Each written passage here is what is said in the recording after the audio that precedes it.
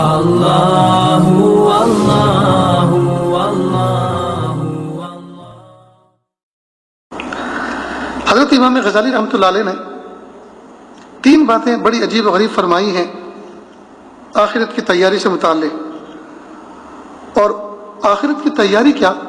بلکہ دنیا میں رہتے ہوئے زندگی گزارنے کی بہترین تیاری۔ ایک بات تو حضرت یہ فرما رہے ہیں کہ روزانہ ایک کام یہ کیا کریں کہ معاہدہ کریں اللہ سے، معاہدہ صبح ہوئی اور معاہدہ کریں۔ کیا معاہدہ کریں؟ پیارے اللہ آپ کا شکر ہے کہ آپ نے مجھے ایک نئی صبح عطا فرمائی،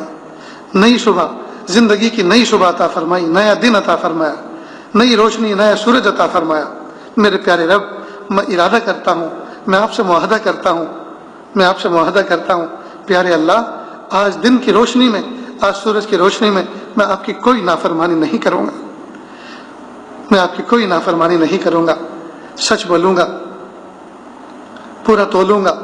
کام پورا کروں گا، امانت داری کا خیال رکھوں گا، جھوٹ نہیں بولوں گا۔ غرض یہ کہ جو بھی آدمی جو کام کرتا ہے اس کام میں جتنی نافرمانیاں ہو سکتی ہیں ان کا تصور کر کے اللہ تعالیٰ سے نیکیاں مانگیں۔ تو یہ روزانہ صبح میں اٹھ کر اللہ تعالیٰ کی ذات سے ایک معاہدہ کر لیں، عورتیں بھی کر لیں، مرد بھی کر لیں، چھوٹے بھی کریں، بڑے بھی کریں، عامی بھی کریں، خاص بھی کریں، ہر ایک آدمی اللہ کی ذات سے ایک معاہدہ کر لے، میرے پیارے اللہ زندگی کا گزرا وہ حصہ غفلتوں میں گزر گیا، اللہ جی آج آپ نے ایک مجھے نئی صبح عطا فرمائی ہے، نئی زندگی کا نیا دن عطا فرمایا، اللہ میں معاہدہ کرتا ہوں، عہد کرتا ہوں آج کے دن میں آپ کی نافرمانی نہیں کروں گا۔ اور اس کے ساتھ ساتھ اللہ سے یہ دعا بھی کرے کہ پیارے اللہ یہ میں عہد کر تو رہا ہوں لیکن آپ اس عہد پر مجھے پورا اترنے کی توفیق بھی عطا فرمائی ہے، اس لیے کہ اگر آپ کی توفیق شامل حال نہ ہوئی تو میں اس وعدے کو پورا نہیں کر سکتا۔ سبحان اللہ العظیم۔ تو ایک کام تو یہ کریں کہ اللہ سے روزانہ معاہدہ کر لیں۔ پھر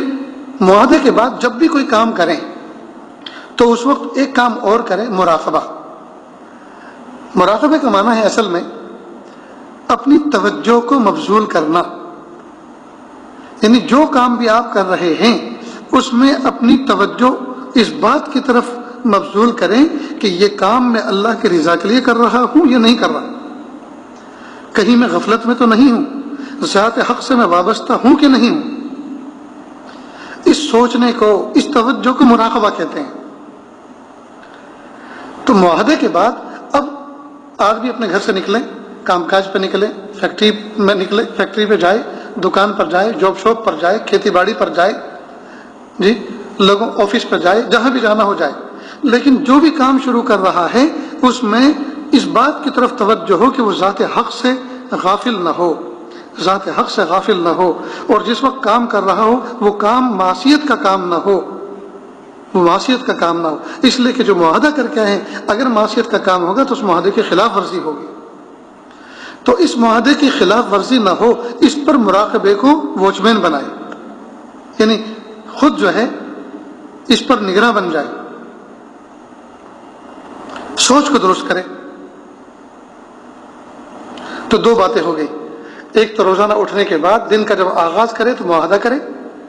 اور دوسرا جب بھی کام کرے تو اس پر مراقبے کی ووچ رہے، یعنی اس وقت دانستہ نادانستہ کوئی کام ایسا نہ کرے جس سے اللہ ناراض ہو جائے، اس پر توجہ کی ووچ بٹھائے جس کو مراقبہ کہتے ہیں۔ اور تیسرا کام یہ ہے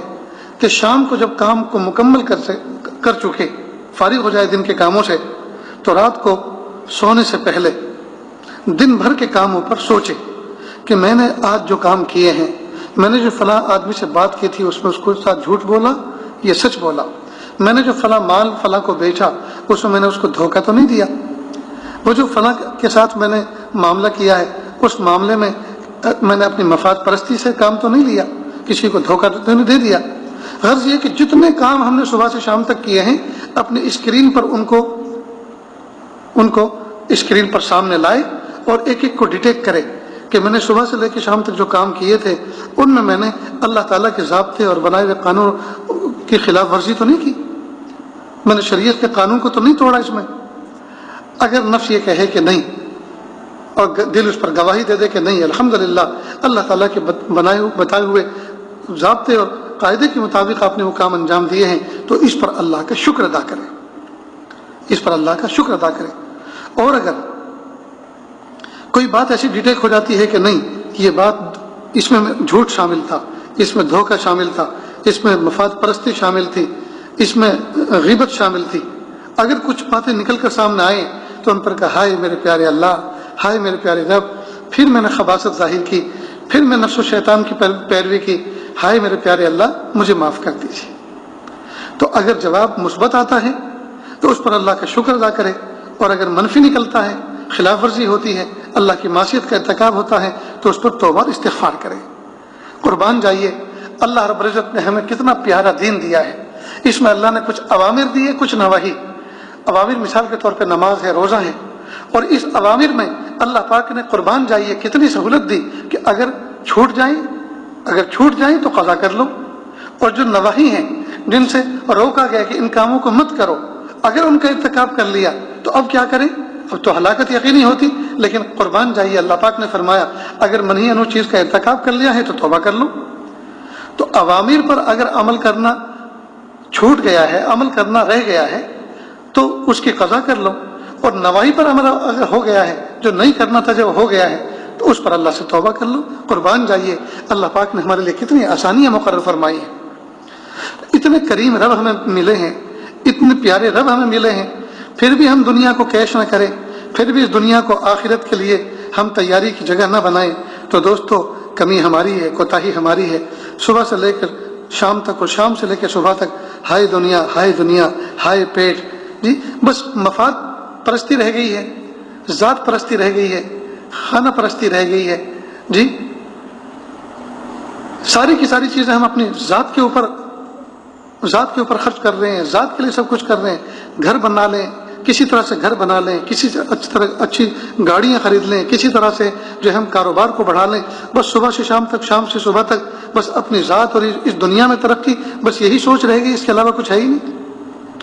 تو ضرورت ہے اس بات کی ہم دنیا میں رہتے ہوئے آخرت کی فکر کریں، دنیا میں رہیں ضرور۔